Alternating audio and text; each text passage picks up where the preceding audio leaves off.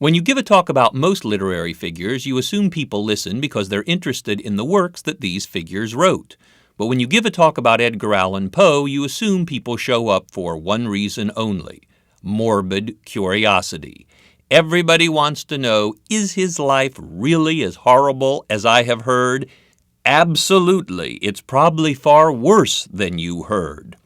Let me begin, in fact, by telling you the one thing about Edgar Allan Poe that separates him from all other authors. It is this: Edgar Allan Poe had the most bizarre, grotesque, horrific, and pathetic life of anybody we ever study in school. And when Poe picked up his pen to write a short story or a poem, he never, ever forgot that horrible life in anything he ever wrote. Nothing he writes is strictly autobiographical, but everything ultimately has to do with that life. So listen carefully. I'm going to tell you about Poe's life and show you how he turned it into the famous things we know him for today. The first thing to tell you about Poe's life: one person shaped his imagination more than anybody else. That person was his mother. But Poe's mother was not like your mother or my mother. Anybody who ever met Edgar Allan Poe's mother always had the same thing to say about her. That person would say, Edgar Allan Poe's mother has to be one of the most beautiful women who ever lived. Poe had a gorgeous mother. How good-looking was she? She was so good-looking that when she was only 8 years old, her parents figured out a way to make big money on her good looks.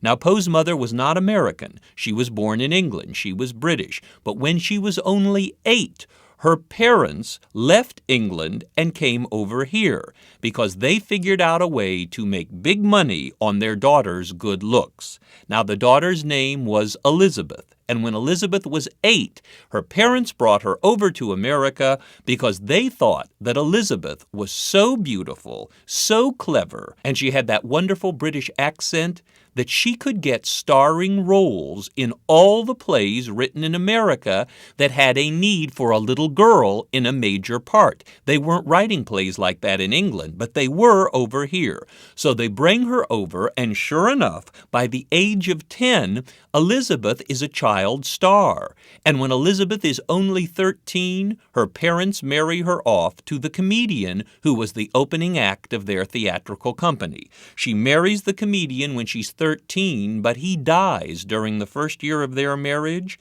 So when Elizabeth is only 14, not only is she a widow, but she's wearing black on stage.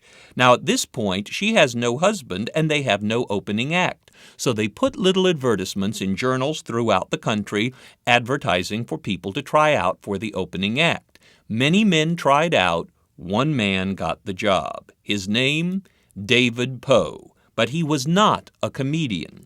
David Poe was a dancer, a sensational dancer. Such a good dancer, in fact, that even though they were looking for a comedian, when they saw this man perform, they decided to hire him on the spot.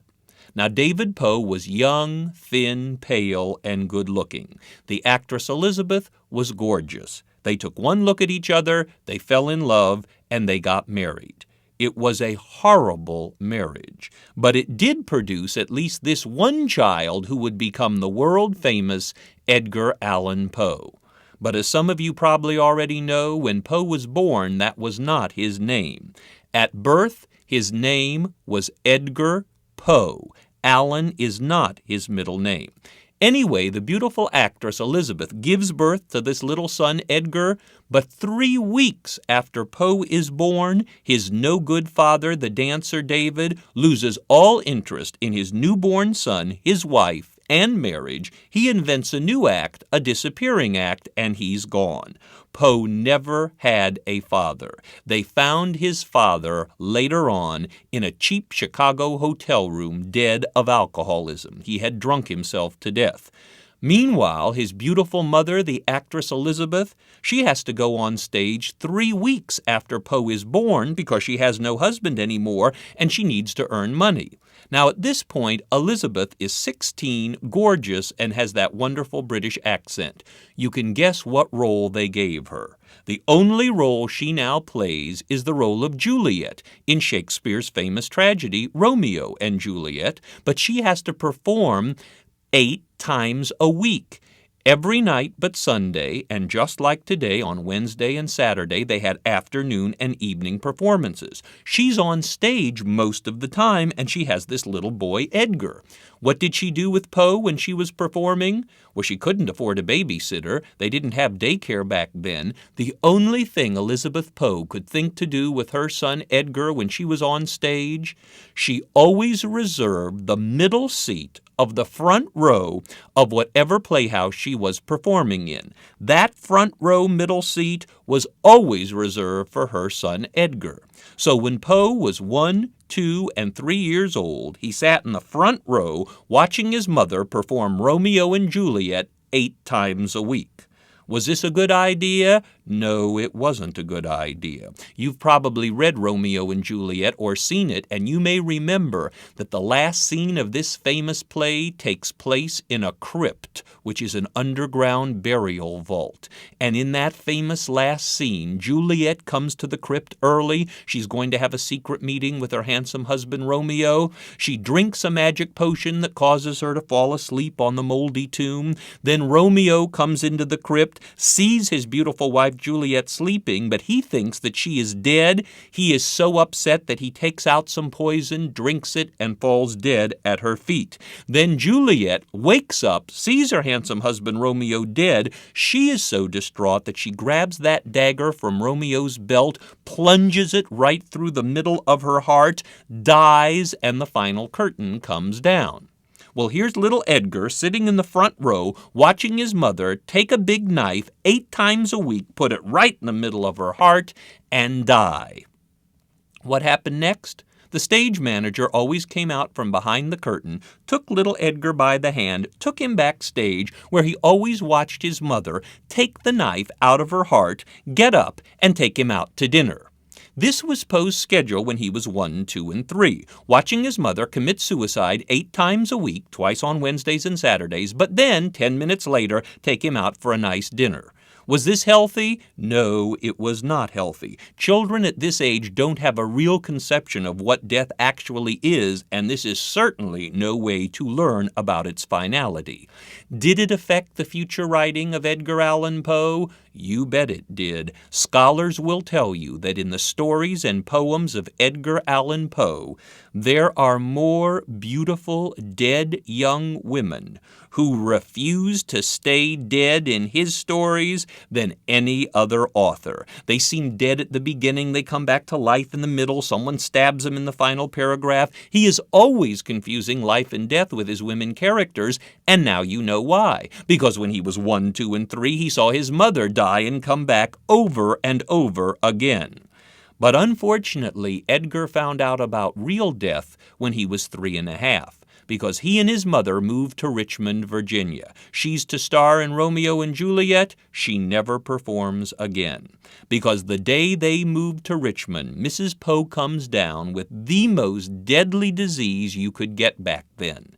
The name of the disease? Consumption. They called it consumption because a disease germ gets into the bottom of your lung and it consumes or eats away the bottom lung lining. That made your lungs so weak that the blood that your heart was supposed to be pumping to the rest of your body, a lot of that blood now would get into your lungs and it would stay there.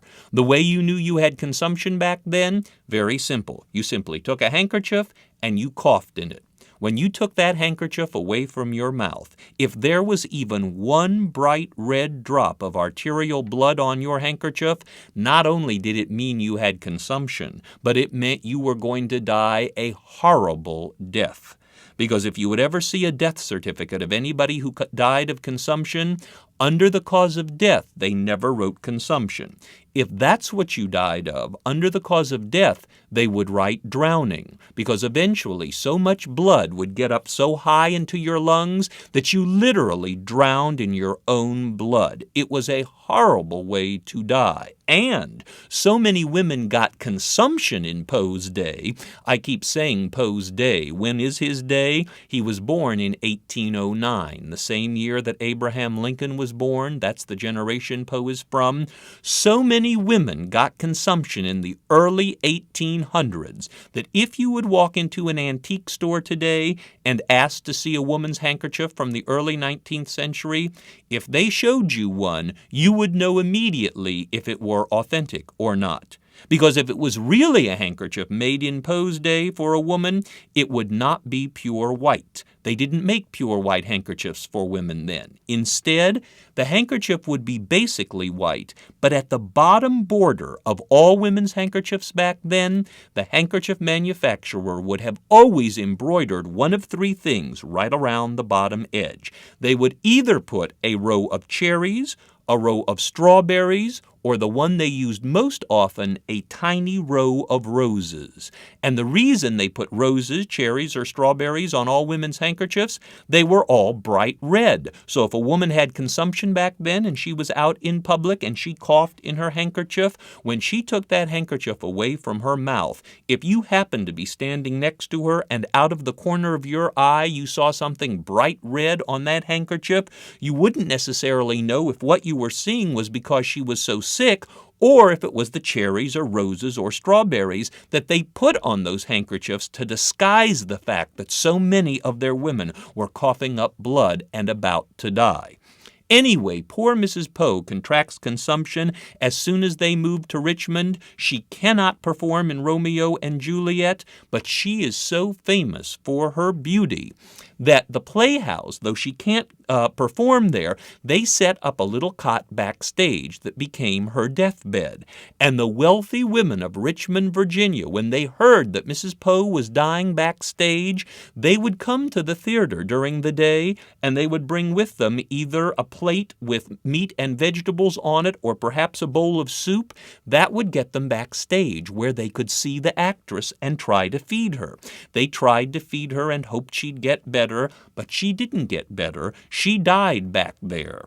And it was poor Edgar's bad luck. At the age of 3.5, he happened to be looking at his mother's face the moment she drew her last breath and died. And Poe said something so incredible happened to his mother right after she died that he never forgot about it, and he spent the rest of his life writing about it. What did happen to Mrs. Poe? Well, when you died of consumption back then, by the time you died, all of your looks were gone. She looked like an old hag. But once she was dead, Poe said, and finally at rest and at peace, he claimed that her face, right after she died, became so beautiful again that she looked far better in death than she had ever looked, he remembered, in life. And because he saw his mother go from such an ugly woman at the very moment of her death to such a beautiful woman after she was dead, 4 images fused in his brain that day, and he never forgot them. The images: youth, beauty, women, and death. Again, youth, beauty, women, and death. And that is why the number one subject Poe almost always writes about is the death of a beautiful young woman. He became fixated on his dead mother's face that day. It would cause him enormous problems the rest of his life, as you're about to hear. He even, from this point on, would become attracted to dead young women. But that's not his problem now at age 3.5. His problem is, of course, he has no mother, he has no father, he's an orphan, and he probably would have starved. But one of those wealthy women in Richmond, a woman by the name of Frances Allen, when she heard that the beautiful actress had died, and she was one of the people who had visited her before her death, she went home and told her extremely wealthy husband, John Allen. She said, "John, Mrs. Poe is dead, the actress, but she's left behind a beautiful little boy named Edgar. Since we can't have our own children, why don't we adopt him?" And John Allen, who was a real snob, said, "No, I will never adopt that boy, Edgar Poe, as my son." And Francis said, "Why not? You haven't even met him." And John Allen replied, "Don't you ever forget, Francis, that that little boy, Edgar Poe, was the son of an actress." And back in Poe's day, the lowest job a woman could have in order to make money was an actress. Well, actually, there was one job a woman could do for money that was a little lower than an actress, but not much. Prostitute was at the bottom of the barrel. Actress was about one rung higher.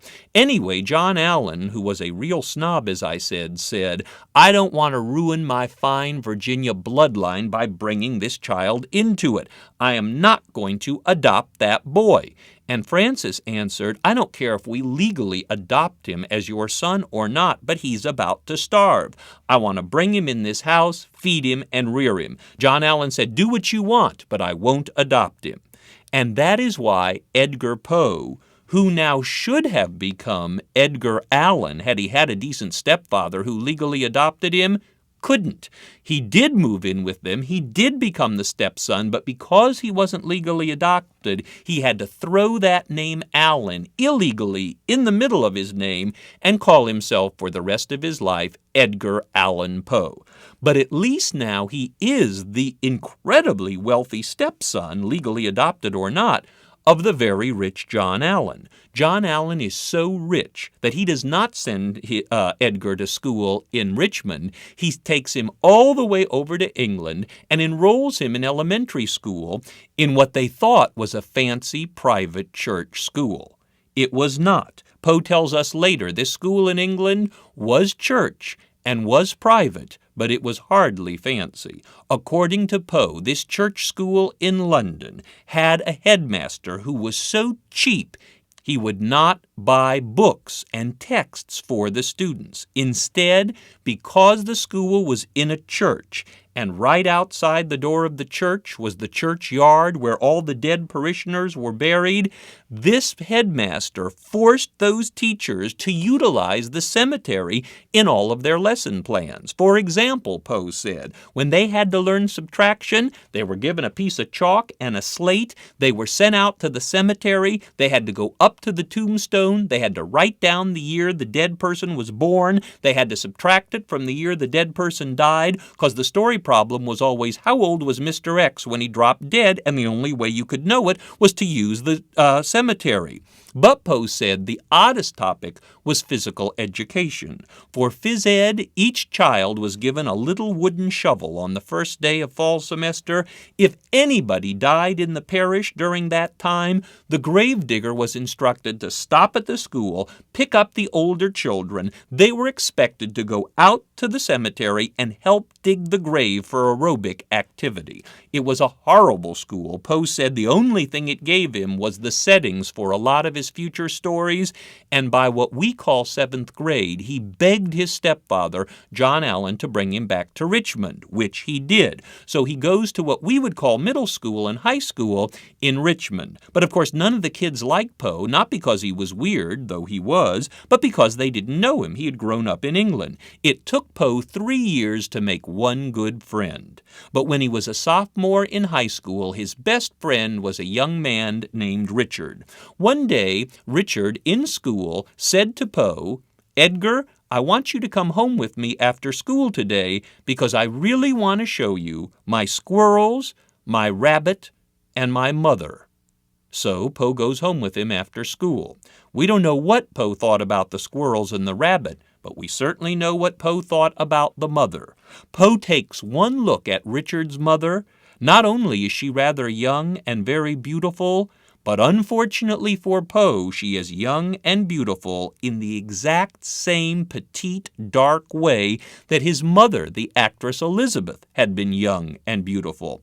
I told you earlier that Poe had a fixation on his mother's face, and this woman, Richard's mother, looks enough like his dead mother to be a sister. On the spot, Poe can't help it. He falls hopelessly in love with Richard's mother. 2 weeks later, Richard's mother goes to a doctor because she's been having terrible headaches. The doctor tells her that she has a brain tumor so huge it will kill her within 5 weeks. When Poe finds out that this woman he loves is dying of a brain tumor, he gets permission from his step-parents, the Allens. Every night after dinner, he goes over to Richard's house, goes into the sick room, and holds Richard's mother's hand. Poe's bad luck, he is there the night that she dies screaming in agony from the brain tumor, and to show you how attached Poe was to this woman, we learn from Poe's biographers that for the next year after Richard's mother had died, you could find Poe every night in the cemetery where Richard's mother was buried, and he would be walking round and round her tombstone as if in a trance. Now, one critic tells us this does not prove that Poe was that attached to Richard's mother. This odd critic tells us it only proves that Poe was just very confused and thought he was back at school in England trying to get extra credit. But we don't think so. We think he actually was attached.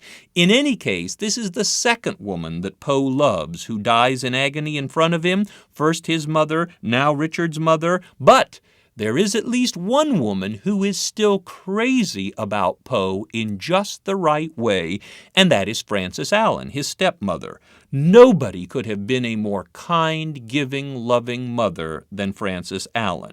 Unfortunately, as wonderful as Frances was as a mother, that is how horrible John Allen was as a stepfather. John Allen despised Edgar Allan Poe. He wanted him out of the way as soon as possible, but he could never act against Poe because, of course, Frances was there to protect him until they send Poe off to college at the University of Virginia the first year Thomas Jefferson opened it in 1826. We learn as a freshman Poe had a double major, alcohol and gambling. He was an atrocious student. He comes home for spring break, walks into the Allens' house. There is Frances in the parlor. She looks at him and says, "Look at my handkerchief, Edgar. I've coughed up blood. I have consumption. I am dying." Now Frances dies, and when she is gone, this is worse than the other two, because now there is nobody to stand between Edgar Allan Poe and the man who most despises him, John Allen. As soon as Frances is buried, John Allen throws all of Poe's possessions onto the front lawn of the house and says, "I want you out of my house and out of my life today. If you ever come back onto my property, I have hired a private detective. He will arrest you on the spot." Poor Poe. He is 20 years old, no mother, no father. He thinks there is not one person in the world who cares whether he lives or dies. He is so poor, he has to rent a room that has no fireplace. He cannot afford heat in winter, and it gets rather cold in the Richmond area. He tells us before he wrote in that little room in the winter, he would have to hold his fingers over a candle to get rid of the frostbite that was there. But at this point, at the nadir, the very bottom of Poe's career, it is at this point he does the one thing that guarantees he will be famous forever. Because alone in this little room, he decides that he will write something so beautiful that the world will fall in love with him because of it and pay him a lot of money. It doesn't work out that way, because although Poe tries to write something beautiful, his mind is so warped and corrupted by his miserable childhood and all the deaths that no matter what he wants to write, the only thing he seems to be able to write are stories and poems about dead people who return. And because Poe starts writing about dead people who come back to life, at the age of 20, Edgar Allan Poe single-handedly invents the tale of terror.